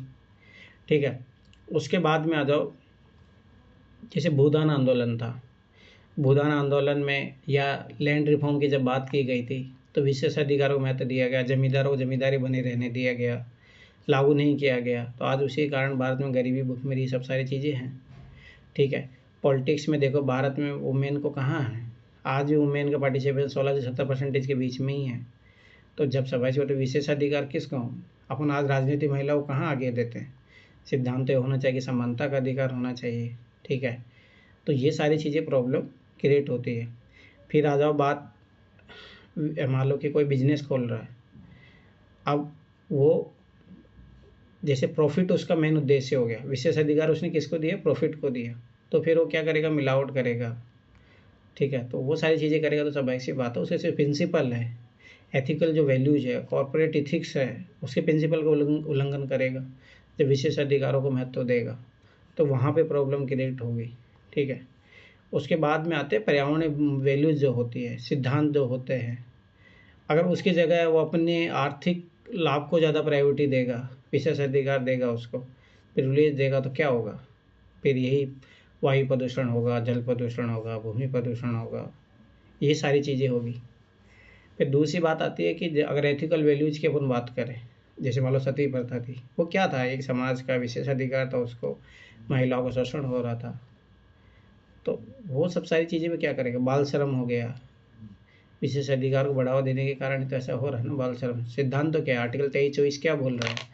मानव तस्करी नहीं होनी चाहिए, बाल श्रम नहीं होना चाहिए, सिद्धांत तो ये बोलते हैं। पर विशेष अधिकारों के कारण क्या हो रहा है? अपना विशेष फ़ायदा उठाने के लिए कम मजदूरी में उनसे काम करवा लिया जाता है। तो वो सारी चीज़ें हो रही है। तो एक तो ये चीज़ एंगल आपको अच्छे से बताना ही है। फिर जैसे अमित ने बोला कि नहीं, विशेष अधिकार का दूसरा भी महत्व होता है, तो आर्टिकल 14 पढ़ो, 15 पढ़ो, 16 पढ़ो, उसमें दिया गया है भाई, कुछ प्रिविलेज दिए गए, वो वीकर सेक्शन को प्रिविलेज दिए गए हैं। तो ऐसा भी नहीं है कि कुछ विशेष अधिकार जो होते हैं समतलीकरण में समाज के लिए वो ज़रूरी होते हैं। अब मान लो कि एक तबका है वो यहाँ पे पहुँच गया है, अरे एक तबका यहाँ खड़ा है, अब भाई ये तो बढ़ता ही जाएगा ना, तो इसके लिए विशेषाधिकार देना ही पड़ेगा। तो उसके लिए रिजर्वेशन कॉन्सेप्ट हो गया, महिलाओं के लिए पंचायती राज में आरक्षण हो गया, ठीक है, अभी संसद में भी आरक्षण हो गया है। तो ये तो विशेषाधिकार ही दिया गया ना एक तरीके से। SC ST को, OBC को आरक्षण दिया गया है, ये विशेषाधिकार है। EWS को आरक्षण दिया गया है। तो ऐसा नहीं, ये भी ज़रूरी होता समाज में संतुलन लाने के लिए। ठीक है, जैसे गवर्नमेंट की जो फॉरेस्ट डीलर्स जो होते हैं, गवर्नमेंट उनके मार्केट परचेस करती है, या MSP मान लो, तो कुछ विशेषाधिकार फ़ायदा भी पहुंचाते हैं, ऐसा नहीं है, परंतु मोस्टली जो विशेषाधिकार होते हैं वो नुकसान भी पहुंचाते हैं सोसाइटी। जैसे कि मैंने जो समता वाला विशेषाधिकार बताया ना, जैसे एक कानून में समानता और एक कानून में समता। समानता का मतलब होता है कि अगर हमने कोई क्राइम किया है तो चाहे आप किसी धर्म या जाति के हो, आपको इक्वल पनिशमेंट मिलेगा। लेकिन समता का मतलब होता है कि जैसे मैं SC हूँ, ST हूँ, माइनॉरिटी में आता हूँ, तो हमें कुछ जब तक सरकार की तरफ से कुछ योगदान नहीं मिलेगा, हम क्या बोलते हैं कि वो जनरल कैटेगरी के समकक्ष नहीं आ पाएंगे, इसलिए हमें कुछ आरक्षण मिलता है, ये समता कहलाता है। तो ये समता पॉजिटिव वर्ड हो सकता है।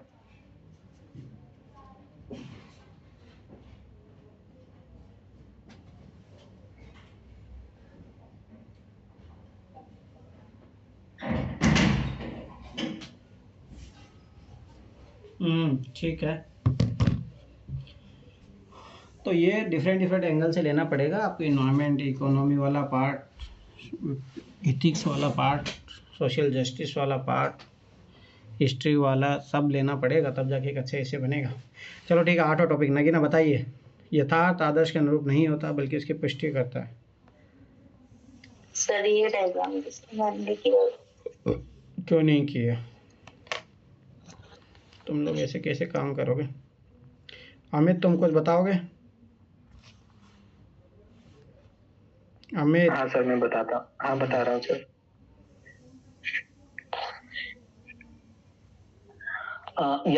यथार्थ आदर्श के अनुरूप नहीं होता बल्कि उसकी पुष्टि करता है।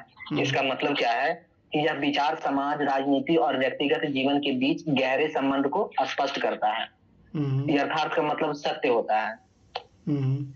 और क्या कहते हैं, यथार्थ और आदर्श दो महत्वपूर्ण अवधारणाएं हैं जो किसी भी समाज और व्यक्तित्व के विकास में योगदान देता है। यथार्थ वास्तविकता का प्रतिनिधित्व करता है, जबकि आदर्श उन सिद्धांतों और मूल्यों का प्रतीक है जिन्हें हम प्राप्त करना चाहते हैं। यह कथन इस तथ्य को उजागर करता है कि आदर्श का महत्व यथार्थ में निहित होता है और यथार्थ आदर्श की प्रासंगिकता को प्रमाणित करता है।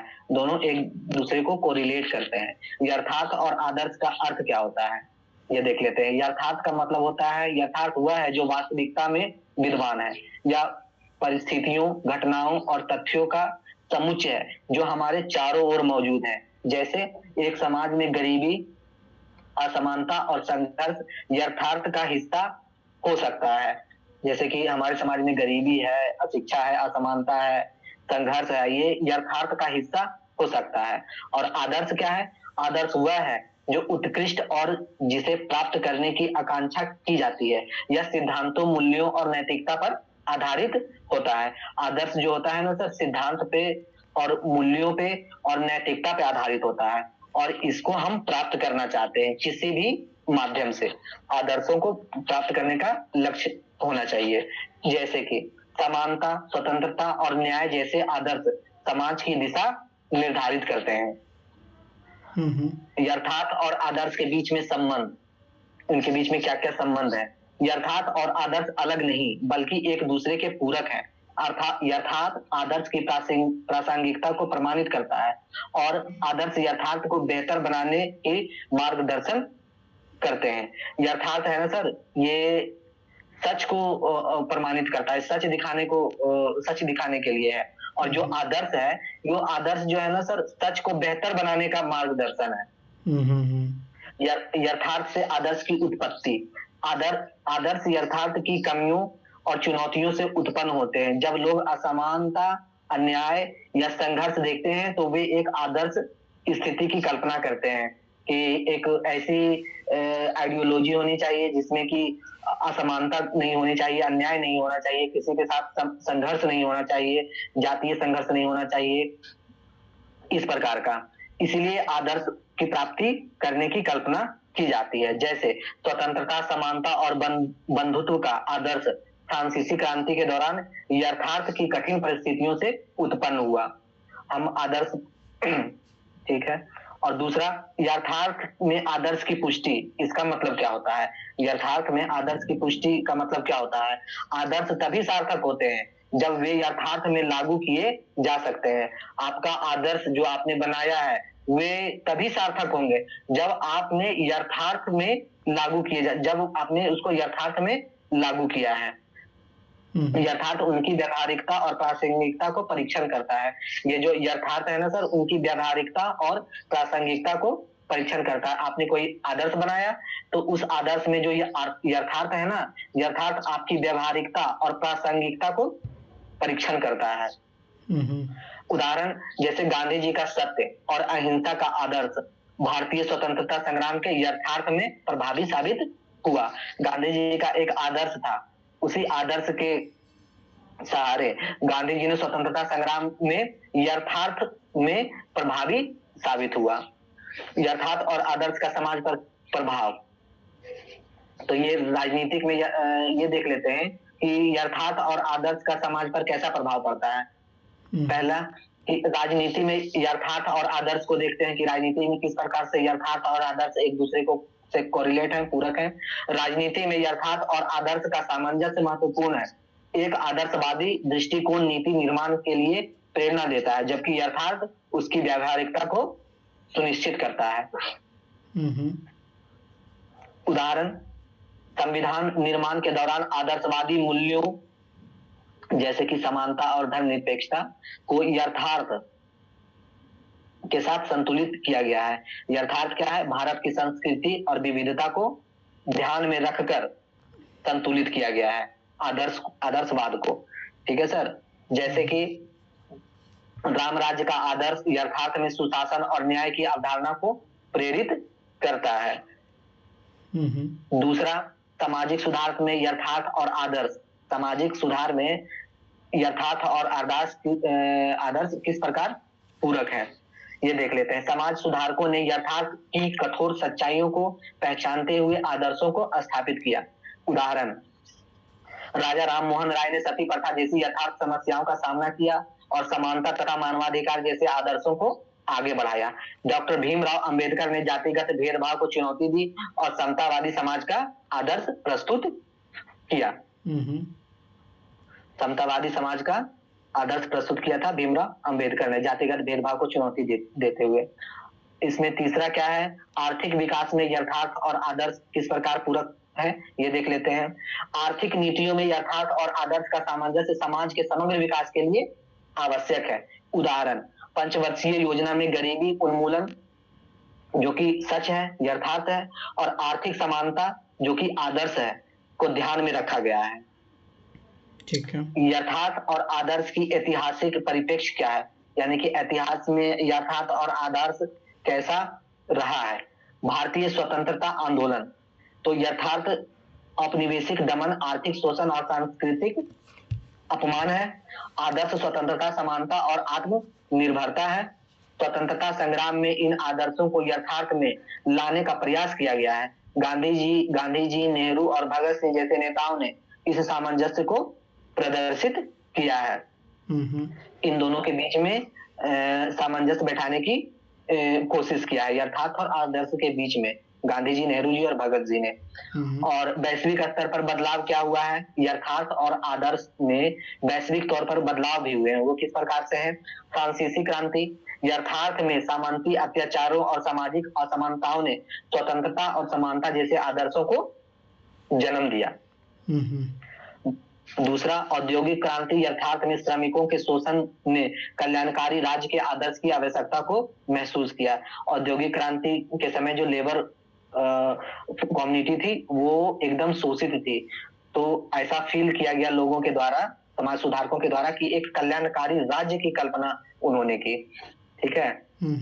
यथार्थ और आदर्श चुनौतियों का समाधान, यथार्थ और आदर्श जो चुनौतियां हैं उनका समाधान। चुनौतियां क्या क्या है, आदर्श चुनौतियां क्या क्या है, पहले उनको देख लेते हैं। आदर्शवादी दृष्टिकोण से केवल आदर्शों पर ध्यान केंद्रित करना यथार्थ की उपेक्षा कर सकता है, क्योंकि आपको आदर्श की प्राप्ति आपको तभी होगी जब आप यथार्थ के रास्ते पे चलेंगे। यथार्थवादी दृष्टिकोण से क्या चुनौतियां हैं, यथार्थ की कठोरताओं में फंसकर आदर्शों को नकारना प्रगति को बाधित कर सकता है। कि आप केवल यथार्थवादी विचारधारा को लेकर चलेंगे तो आप 100% यथार्थवादी विचारधारा को लेकर चलेंगे तो आप आदर्शवाद को प्राप्त नहीं कर पाएंगे। इसमें समाज की प्रगति में बाधित हो सकता है, बाधा हो सकता है। अब इनके समाधान क्या क्या है, ये जो चुनौतियां हैं यथार्थ और आदर्श के, उनके बीच में समाधान क्या होना चाहिए। संतुलन, यथार्थ को पहचानते हुए आदर्श की दिशा में कार्य करना चाहिए। यथार्थ को पहचानते हुए आदर्श की दिशा में कार्य करना चाहिए। लचीलापन यथार्थ की परिस्थितियों के अनुसार आदर्श को परिभाषित और लागू करना, यानी कि कहना है ना कि यथार्थ परिस्थितियों के अनुसार आदर्शों को परिभाषित और लागू करना। एकदम लचीलापन होना चाहिए, ऐसा नहीं कि आप 100% यथार्थ को लेकर चलेंगे तो वो विकास में बाधा उत्पन्न हो सकता है। व्यवहारिक दृष्टिकोण, आदर्शों को लागू करते समय उनके यथार्थ परिणामों का मूल्यांकन करना। व्यवहारिक दृष्टिकोण से देखें तो आदर्शों को लागू करते समय किसका ध्यान रखना चाहिए, यथार्थ परिणामों का, कि अगर हम ये आदर्श लागू करेंगे तो क्या परिणाम निकलकर सामने आएंगे, उसको भी ध्यान में रखना चाहिए। भारतीय संदर्भ में यथार्थ और आदर्श का महत्व क्या क्या है, तो संविधान में पहला उदाहरण देख लेते हैं कि संविधान में क्या है यथार्थ और आदर्श का महत्व। भारतीय यथार्थ और आदर्श की उत्कृष्ट उदाहरण है। आदर्श, स्वतंत्रता, समानता और न्याय। यथार्थ का मतलब होता है, यथार्थ जो है ना भारतीय समाज की विविधता, जातिगत भेदभाव और आर्थिक असमानता को दिखाता है। ठीक है। यथार्थ क्या है, सच्चाई क्या है कि भारतीय समाज में विविधता है, जातिगत भेदभाव है, अशिक्षा है, आर्थिक असमानता है, और यहाँ ये भी है क्या बोलते हैं, गंदगी भी है। संविधान ने इन दोनों के बीच सामंजस्य स्थापित किया है। नीतिगत निर्माण कैसी होनी चाहिए, ये जो यथार्थ और आदर्श का एक नीति निर्माण कैसा होना चाहिए कि भारतीय नीतियां आदर्श और यथार्थ के बीच सामंजस्य स्थापित करने का प्रयास करती हैं। उदाहरण, आरक्षण नीति। उदाहरण है आरक्षण नीति। यथार्थ यानी कि सच है कि सामाजिक भेदभाव है, और आदर्श ये समानता को ध्यान में रखता है। जैसे कि आरक्षण की नीति ये सच है कि लोगों में भेदभाव पैदा करता है, लेकिन आदर्श क्या है, आदर्श ये है, आरक्षण का आदर्श ये है कि हम समानता को ध्यान में रखकर आरक्षण बनाएंगे। स्वच्छ भारत अभियान, जैसे कि सच है कि स्वच्छता की कमी है, इसलिए स्वच्छ भारत अभियान लाया गया। अशिक्षा है, इसीलिए राइट टू एजुकेशन लाया गया, और भी बहुत सारी चीजें हैं। और आदर्श, आदर्श क्या है? स्वच्छता और स्वास्थ्य का मिश्रण है। आदर्श क्या है? स्वच्छता और आदर्श का मिश्रण है। आधुनिक भारत में चुनौतियां क्या क्या होनी चाहिए, क्या क्या है आधुनिक भारत में? ये जो यथार्थ और आदर्श के बीच में जो चुनौतियां हैं, क्या क्या है? भ्रष्टाचार बिल्कुल सच है, असमानता ये भी बिल्कुल सच है, जातिगत भेदभाव ये भी है। जैसे यथार्थ आदर्शों को कमजोर करते हैं। आप कोई भी आदर्श बना तो रहे हैं, लेकिन आप भ्रष्टाचार, असमानता और जातिगत भेदभाव को समाप्त नहीं कर पा रहे हैं, तो इसका मतलब है कि आपके आदर्श कमजोर होते जा रहे हैं। इन समस्याओं का समाधान यथार्थ को समझकर आदर्शों की दिशा में कार्य करने से ही संभव है। अब इसका निष्कर्ष है कि यथार्थ और आदर्श के बीच का संबंध एक जटिल लेकिन पूरक प्रक्रिया है। यथार्थ आदर्शों की प्रासंगिकता को प्रमाणित करता है और उन्हें व्यवहारिकता प्रदान करता है। आदर्श यथार्थों को बेहतर बनाने की प्रेरणा देता है। इस सामंजस्य से ही समाज, राष्ट्र और मानवता की प्रगति संभव है। इसलिए यह आवश्यक है कि हम यथार्थ को समझें और उसके अनुरूप आदर्शों की स्थापित करें, ताकि एक न्यायपूर्ण, समानता प्रदान और प्रगतिशील समाज का निर्माण हो सके। बस हो गया सर। ठीक है अमित, कहाँ से देखे हो तुम ऐसे? ये सब मैंने सर चैट जीपीटी से कॉपी किया है सर। अच्छा, ठीक है। इसलिए इसमें मैं अपना, जैसे कि होता है ना, एंशियंट से जोड़ना, मेडिएवल से, मॉडर्न से, इन्वायरमेंट से, इकोनॉमी से, पॉलिटी से, तो इन सब चीजों से उतने अच्छे ढंग से नहीं जोड़ पा रहा हूँ। क्यों? क्योंकि मैंने इस पे केवल चैट जीपीटी से ही कॉपी किया है, और मैंने इसमें अपना थाउट इतना करने का टाइम अभी मुझे नहीं मिल रहा। तो वो करना चाहिए ना, तभी सीखोगे। चलो ठीक है, देखो, reality does not confirm to the ideal. यथार्थ जो है आदर्श के अनुरूप नहीं होता, ये बात तो रियलिटी है। मतलब स्टेटमेंट ही खुद में एक रियलिटी है। देखो कैसे, जैसे भारतीय प्रियम्बल है, ठीक है, क्या मेंशन करता है? हम भारत के लोग हैं, संपूर्ण प्रभुत्व संपन्न, सामाजिक, आर्थिक, राजनीतिक न्याय, ठीक है, फिर स्वतंत्रता के विचार अभिव्यक्ति, उसके स्वतंत्रता की हम बात करते हैं। तो प्रियम्बल तुम्हें पता है क्या है? वो आदर्श है एक, कि भारत को, हम एक ऐसा भारत चाहते हैं कि जिसमें सब समान हो, बंधुत्व हो, भाईचारा हो, ठीक है। ये क्या है? प्रस्तावना, एक आइडियल है कि हमें ऐसा बनना है, ठीक है, एक आइडियल है। पर रियलिटी क्या है? आज भी पता है कि सामाजिक, आर्थिक, राजनीतिक आधार पर लोगों के साथ भेदभाव होते हैं, ठीक है। तो ये बात तो सही हो गई कि दोनों अनुरूप नहीं होता है, यथार्थ आदर्श के अनुरूप नहीं होता है, बल्कि उसकी पुष्टि करता है। हाँ, ये बात सही है कि ये रियलिटी, मान लो कि आज की सामाजिक परिस्थिति ये है, परंतु ये होना है, और इसीलिए अपन इसकी ओर प्रगतिशील है, हमें ऐसा बनना है। इसके लिए पे बहुत सारे कानून बनाए जाते हैं, ठीक है, वैधानिक नियम, संवैधानिक कानून, ये सारी चीज़ें होती है।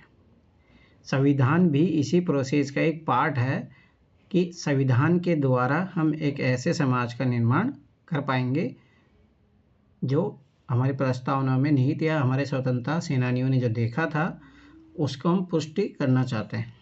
एक सिंपल सा एग्जांपल हो गया जिसमें आप पॉलिटी का आप इसका देना चाहते हैं।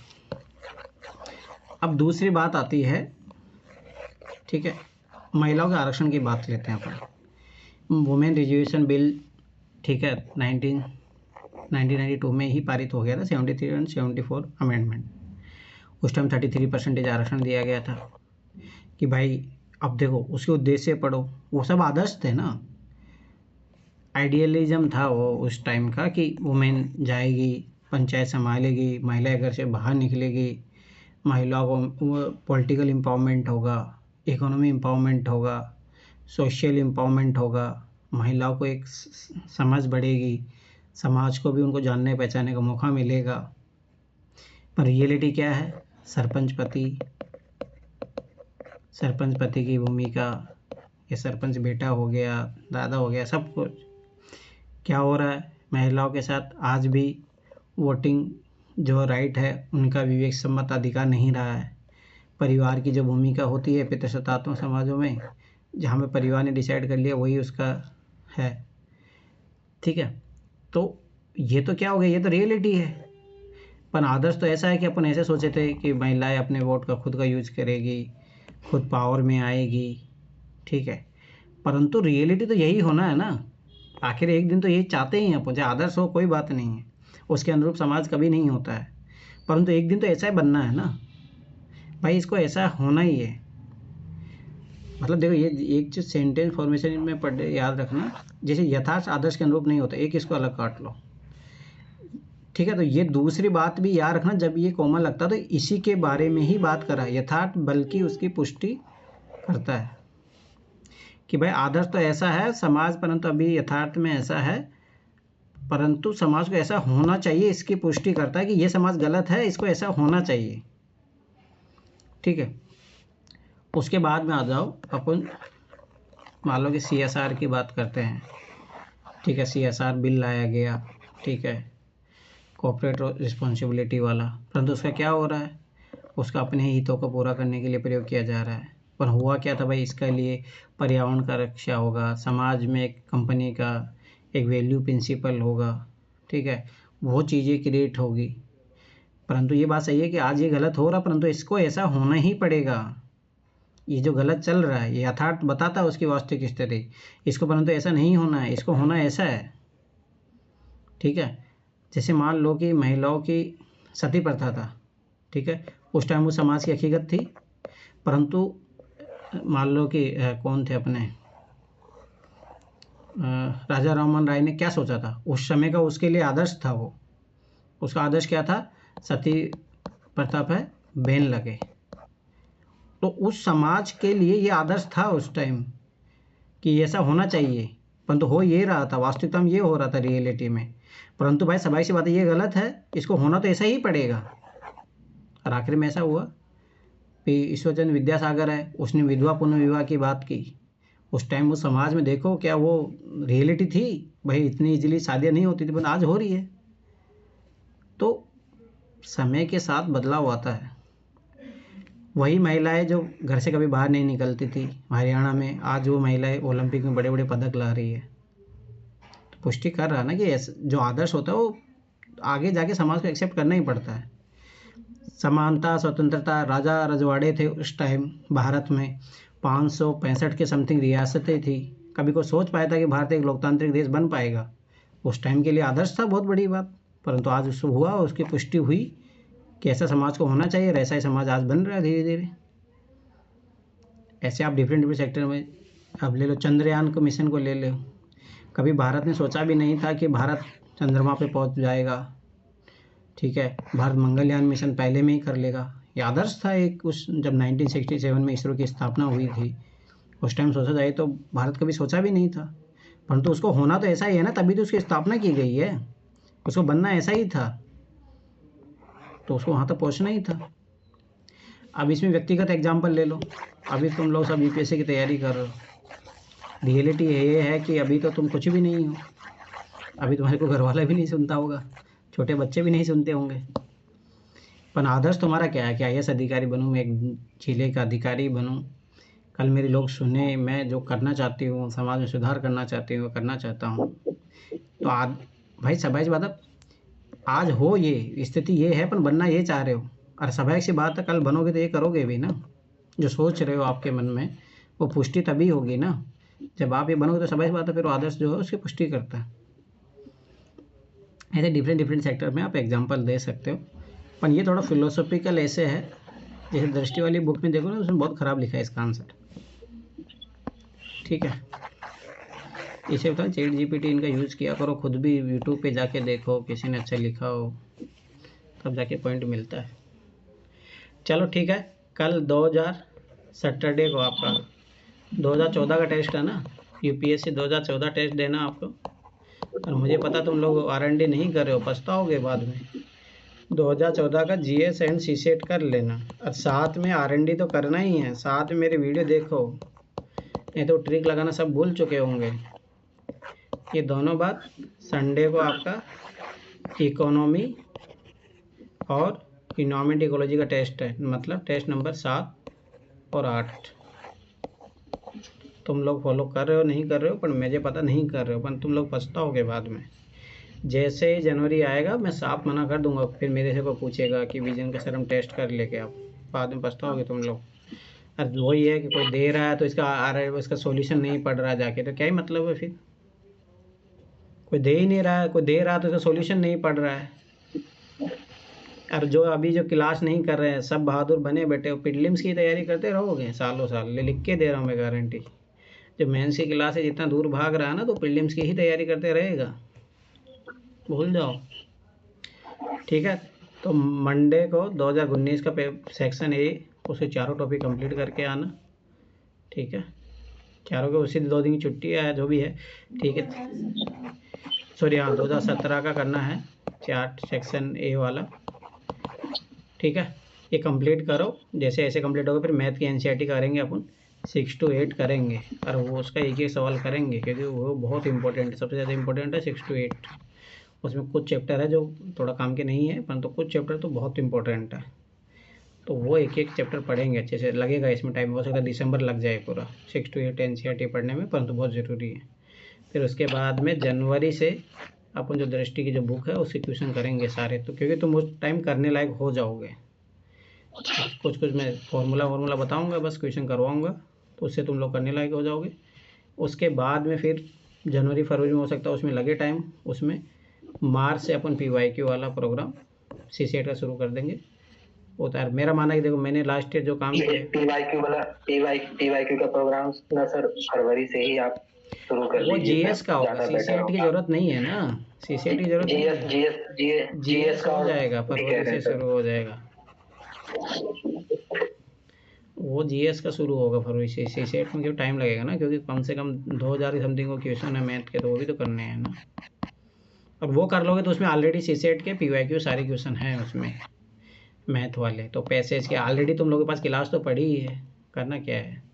सीसेट का पन ये है कि प्रोसेस के थ्रू करोगे भाई, प्रोसेस यही है कि पहले अपन एनसीईआरटी पढ़ लेंगे, ठीक है, फिर उसके बाद में दृष्टि वाले वो पीवाई वो बुक को सॉल्व कर लेंगे, मतलब वो 2000 के समथिंग क्वेश्चन है, उसमें ज़्यादा ही है।